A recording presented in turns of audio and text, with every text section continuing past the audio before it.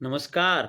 मैं पंडित हरिकृष्ण भारद्वाज आप सभी ज्योतिष प्रेमियों का हार्दिक अभिनंदन करता हूं। आज हम एक बहुत ही महत्वपूर्ण ज्योतिषीय चर्चा लेकर प्रस्तुत हैं। हमारा उद्देश्य यहाँ किसी भी राजनीतिक पार्टी की बात करना नहीं है, अपितु हम यहाँ एक ज्योतिषीय चर्चा करेंगे और कुछ सीखने का प्रयास करेंगे। आज नरेंद्र मोदी जी को एक रैली संबोधित करनी थी और उन्हें वह रद्द करनी पड़ी। प्रधानमंत्री, राष्ट्रपति, मुख्यमंत्री, राज्यपाल ये संवैधानिक पद हैं। इन पर विराजमान व्यक्ति संपूर्ण राष्ट्र की धरोहर और सभी के लिए सम्माननीय हैं। यदि उनके साथ किसी भी प्रकार की कोई ऐसी असुरक्षापूर्ण घटना घटती है तो वह एक चिंतन का विषय है। उनकी गरिमा व सुरक्षा अति महत्वपूर्ण है। आज हम उसी पर चर्चा करेंगे। आप सभी इस कुंडली को देख रहे हैं। यह गोचर की कुंडली है मोदी जी की। उनकी वृश्चिक लग्न है जन्म की और राशि भी उनकी वृश्चिक है। वर्तमान में यह गोचर की कुंडली है और गोचर में यहाँ पर मंगल जो उनके लग्नेश हैं केतु के साथ विराजमान है और राहु की उन पर पूर्ण दृष्टि है। तो राहु से पीड़ित हैं, केतु के समान यहाँ साथ में बैठे हुए हैं और जो यात्रा का कारक है तृतीय भाव यात्रा का भी है और द्वादश भाव वायुयान यात्रा का है। तो शनि यहाँ पर बुध के साथ विराजमान हैं जो इस कुंडली में अकारक ग्रह है और यात्रा के समय चंद्रमा भी मकर राशि में थे जो उनके भाग्येश हैं और जो उनकी लग्न कुंडली में वृश्चिक लग्न में ही विराजमान है। अर्थात उनका यात्रा का कारक शनि बुध और चंद्र के साथ में विराजमान होने के कारण यात्रा बाधित रही। यह इनकी नवमांश कुंडली है। नवमांश कुंडली अति महत्वपूर्ण कुंडली होती है।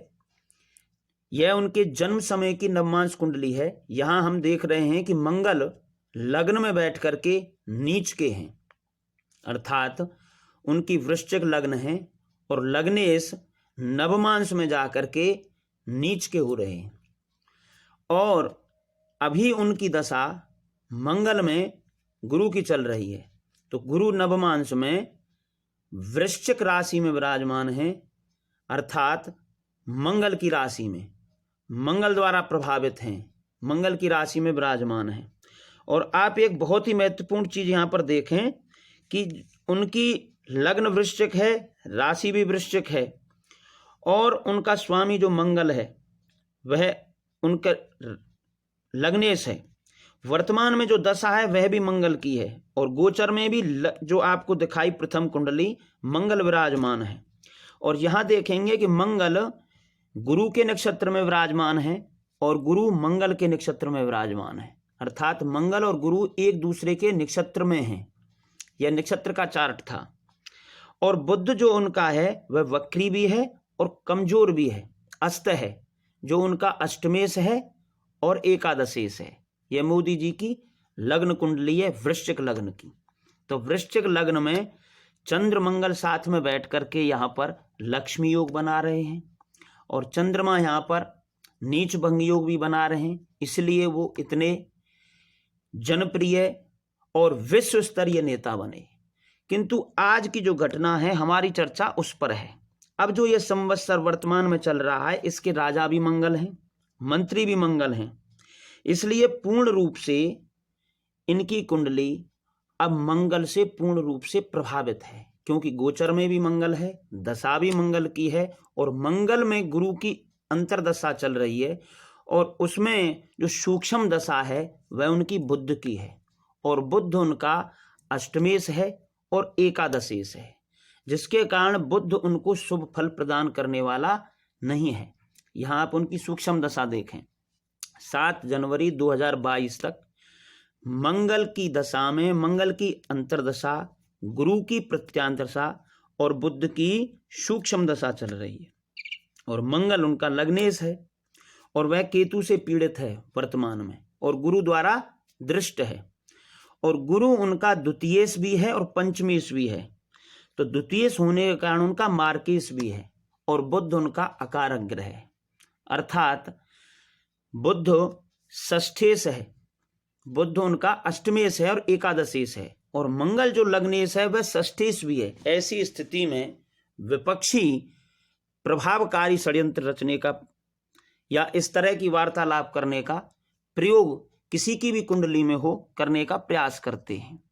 तो यह जो उनकी कुंडली है, इस कुंडली से यह पता चलता है कि जब भी लग्नेश पीड़ित हो और अष्टमेश अथवा एकादशेश का विशेष महत्व कुंडली में आता है तो इस तरह की परेशानियां बनती हैं। और उनकी कुंडली में जो मंगल है वह नीच का है, तो जो दशा का जो स्वामी है वर्तमान में वह उनको ऊर्जा तो प्रदान कर रहा है, क्योंकि लग्न में ही विराजमान है मंगल, तो ऊर्जा देगा, बोलने की कला निपुण बनाएगा, आत्मविश्वास प्रदान करेगा, किंतु अंतरदशा में प्रत्यांतर दशा और सूक्ष्म दशा जो गुरु में बुध की आ रही है वह उनके अनुकूल नहीं है। अर्थात 7 जनवरी 2022 तक बुध का विशेष प्रभाव है। उस विशेष प्रभाव के कारण हम यहाँ यह जानने का प्रयास कर रहे हैं कि इतनी महत्वपूर्ण जो ये यात्रा थी, इसमें यह घटना घटी, यह सब ज्योतिषीय विश्लेषण है। हमारा उद्देश्य केवल यहाँ ज्योतिष पर चर्चा करना है।